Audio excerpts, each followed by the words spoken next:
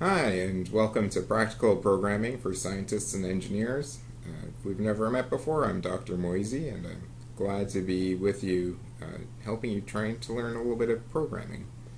The emphasis of this class is really going to be on practical programming kinds of tools, specifically for scientists and engineers, when we need to do things like look at data or maybe do a simulation to try and analyze some data or understand some process. And so it's going to be really focused on trying to get you to understand what you see in your data and be able to use these advanced kinds of programming tools for that. So just for example, some of the things that we'd expect you to be able to do by the end of this course might be import and manipulate data from different kinds of data sources like data files or maybe pulling data off the internet. Being able to use different modules within Python for doing advanced kinds of analyses, everything from basic statistics to wavelet analyses or pattern recognition, all kinds of different problems we can address with the many modules in Python. To be able to write your own custom scripts and programs to let you not only do or use the tools that are already available in Python, but really for you to make your own and make Python your own and do the custom kinds of jobs that you need to do as a scientist or an engineer. And finally, we'll really emphasize as we move on through the course being able to look at your data, so being able to visualize and plot that data and make really cool pictures of it so that you can improve your understanding. Compared to a general programming class, this is definitely not a computer science class. Okay, you're not going to learn the general kinds of programming things that you would learn by going to Computer Science 101. We're really focused on trying to solve problems, and so a lot of times we're going to be focused on a very specific kind of a task or problem that we need to try and address, like analyzing data for a particular experiment. A lot of times in scientific programming, we really need a lot of flexibility because we need to adapt the kind of analysis we're going to do for different kinds of data formats, or be able to do a completely different kind of analysis for this experiment versus that experiment. And the reporting we need to do is quite different as well than in a general programming setting. Rarely in scientific programming is our objective to come up with some kind of program or user environment that is general for a lot of people. In contrast, that's more what a computer scientist might be interested in, or a computer engineer or programmer trying to develop some kind of program that they'll distribute and have a lot of people use. For us, we may be the only people who ever see our programs or our codes. And it's, again, really for the purpose of helping us try and analyze a specific situation. We often need, as we're doing our analyses, our ideas are evolving, and so we really need to kind of interactively guide the analysis that we're doing based on the observations that we have of the results we're getting. So a lot of times in science or engineering, it's not a clear path from the beginning to the end. And we really need a tool that can help us evolve as we go through our analysis or work through our data. And so it's really quite different from a general programming setting where you have a really specific, focused objective in terms of what needs to be done. And every person on a programming assignment, in that case, might be working to build this one big monolithic kind of application.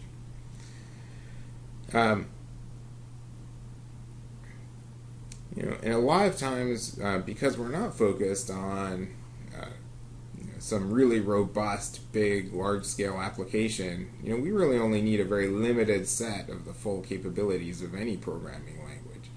Depending on the specific task we're after, that may vary what specific capabilities we need. But generally speaking, we probably don't need all the details. We can get an awful lot done with knowing just a little bit of a programming language. And finally, we really want to minimize the coding that we're actually doing so that we can maximize our results.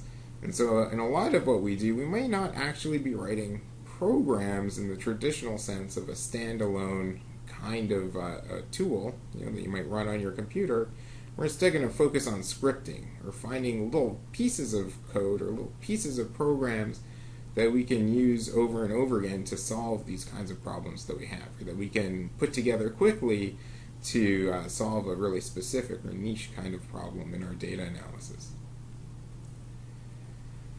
So just to point that out, scripts, like I said, are not going to be like a full program. They're really getting us at just getting a sequential set of tasks completed, versus a systems programming approach or an application programming approach, which is what you would learn in more of a computer science course, is focused on trying to build some kind of a holistic environment or libraries that many users are going to be accessing, and so they need to be very robust, and people need to be able to access them in a very general way.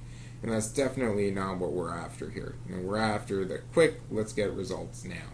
In both cases, the basic programming concepts are going to be similar.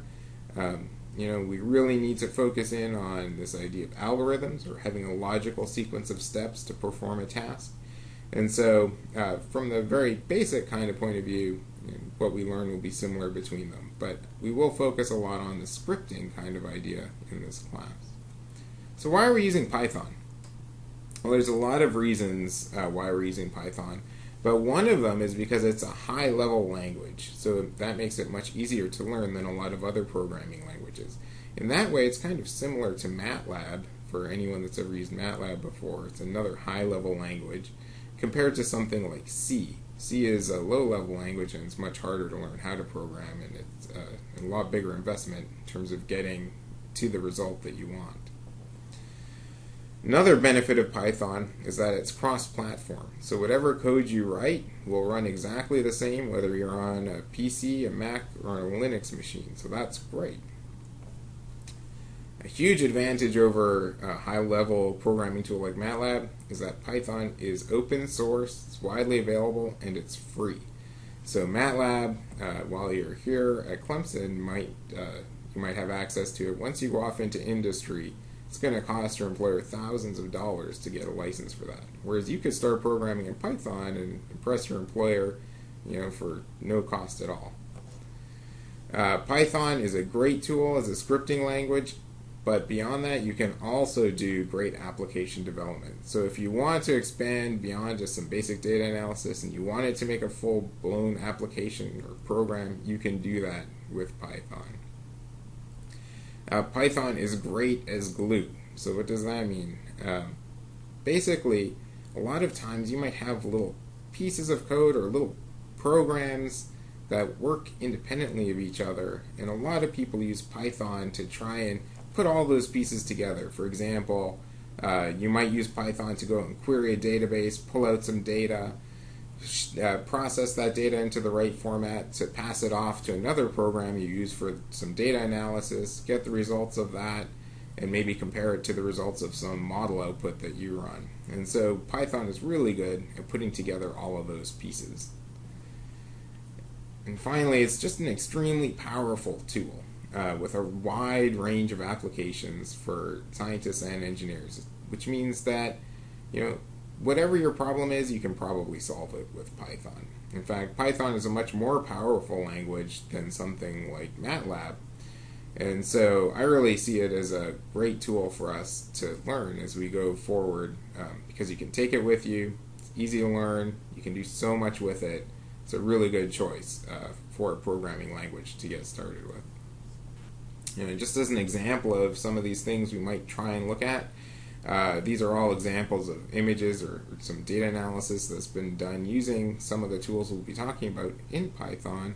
And so here you can see everything from scatter plots to histograms to curve fitting to plotting time series data, making bar graphs, making really nice scatter plots with different colors and sizes of dots. All kinds of these different plots, kind of basic data analysis you can do. Right? You can use Python as a mapping tool to help you out. For those of you interested in spatial data, in fact, Python is one of the basic scripting languages used by Esri in the ArcGIS product. So again, learning this tool could be useful in another context. Beyond that, we might want to do things like some advanced visualization, trying to look at structure of molecules, and associated with that, we might actually do the modeling of the molecules to understand what their electron density might be around these atoms.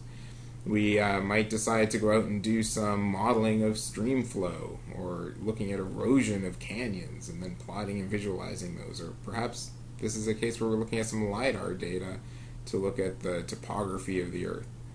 Everything from that to making really complex visualizations of, in this case, 3D visualization of an MRI. So there's so many different kinds of things that you can do with Python in terms of computation, data analysis, and visualization. I think it's a really great tool for us to be looking at. When we go a step beyond that, we might, beyond the context of this class, be interested in doing things like instrument control. And so Python, you can go beyond the basic data analysis to control your instruments and make control systems that will respond to what's being observed. You can make games. So Python is used to make full-blown games, or as well as web applications. Just as an example, Pinterest is based on Python, and a lot of the websites out there today do use Python to make them this dynamic kind of web application. So a huge range of different applications for Python. Within this course, we're going to focus in on about 4 main topical areas. The first one is going to be Python basics, so just kind of figuring out what Python's all about, what the basic syntax of it is. From there, we'll talk about numerical Python, which is a special module within Python that lets us work really well with data, particularly big arrays or big vectors or matrices of data. So that will really help us with trying to do image processing, for example, or trying to look at a time series of data. Whatever it happens to be, numerical Python will be great for that. We'll then get into scientific Python, which is really just a big toolbox of different kinds of tools for doing things that are of interest to scientists in Python. So there's tools for curve fitting, for doing calculus and differential equations, for statistical analysis, for signal processing, Fourier transforms, really anything you can think of. There's probably a toolbox for that, and scientific Python really brings a lot of the robust tools together for us to use. And finally, we'll look at the module matplotlib, which is basically a plotting toolbox, or a bunch of plotting tools that we can use, very similar to the ones in MATLAB. Beyond that, we'll touch on topics like trying to access online data, making GUIs for your programs if you so desire, building web applications, making Excel add-ins. Some of those things we'll touch on a little bit as we go on throughout the class.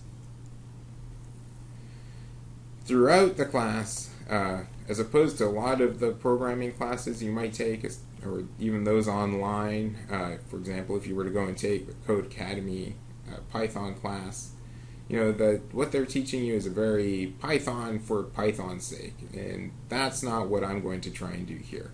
Throughout this course, I'm always really going to try and present the tools that we talk about within the context of science and engineering, so that you can understand how we would be using these tools in a really realistic way, and that by the end of this course, you really have those tools available to you.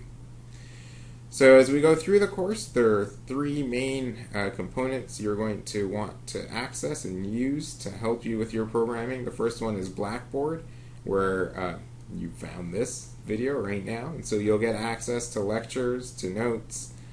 You'll turn in assignments, and you'll be able to communicate with me and the class through Blackboard, so a very important tool for us in this online class. The second tool we'll focus in on in the first third of the class or so is codecademy.com, and so that's a website where you can go and actually do Python programming online.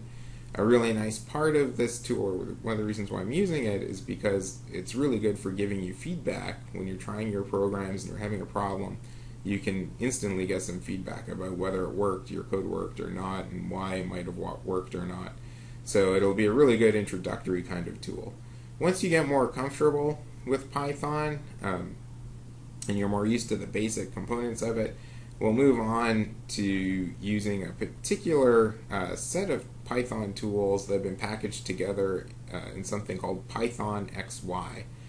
And that is a special, like I said, basically just an accumulation of Python tools that have been put together particularly for scientists and engineers, and they've been put together in a way that they're trying to make it kind of like using MATLAB. So if you've used MATLAB before, this will help you with that. But this will be something we'll install on your own computer, and from there on we'll do our programming on your own computer and won't need web access.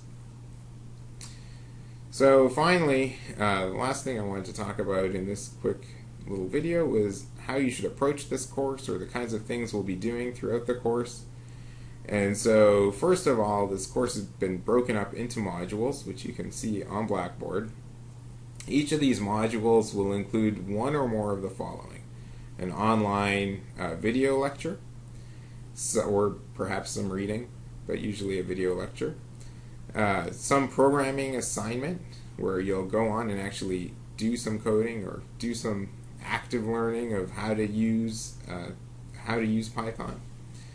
We'll have, in some cases, an online interactive discussion session, so you'll be able to go and communicate with others. We'll always have that available every week, so that throughout the course any general questions that you have can be posted on the general question and answer board. But we may have some more specific ones as we go throughout the course as well. And finally, each module will generally have a quiz that you'll do online in Blackboard as well to assess your learning. And that will be the main way that you're graded, is through those quizzes. For graduate students, there'll also be a final programming project that'll be due at the end of the course, and we'll talk about that more as we get going. Throughout the course, the whole idea here is everything is online, and so you should be able to go and work at your own pace through all of these materials. There will be some firm deadlines that I'd like you to meet for particular modules, for particular activities, just to keep us all more or less at a similar pace. But otherwise, whenever you want to go and work on these different assignments, it's really up to you to do so. And finally, the last thing I really wanted to emphasize and point out is that this course is definitely very much hands-on. I could sit here and lecture to you all day long, but you're not going to learn how to program unless you actually go and program. And so the main emphasis of this course will be learning by doing, by getting out there, by trying code, by actually typing things in, seeing what works, making mistakes, and learning from those mistakes, so that by the end of the course you're really a proficient programmer and you can really do a lot with your data, with the different kind of analyses you want to get done, to really make it an efficient use of your time. Alright, thank you very much. That's it for now. The last thing I'll leave you with here before we sign out is your first assignment, and so that's posted on Blackboard. You actually should have seen it when you found this video. And so the things I'd like you to complete for this first assignment are the honor code agreement online, just to confirm that we all agree we're going to not cheat in this course and basically do our own work. I'd like you to go and introduce yourself on the icebreaker discussion board in Blackboard, and then finally I'd like you to go and complete the Getting Started with Codecademy assignment, which will just get you to log in, create an account on Codecademy, and see how to use Codecademy, submit assignments, and things like that. Alright, thank you very much. I hope you enjoy yourself throughout the course.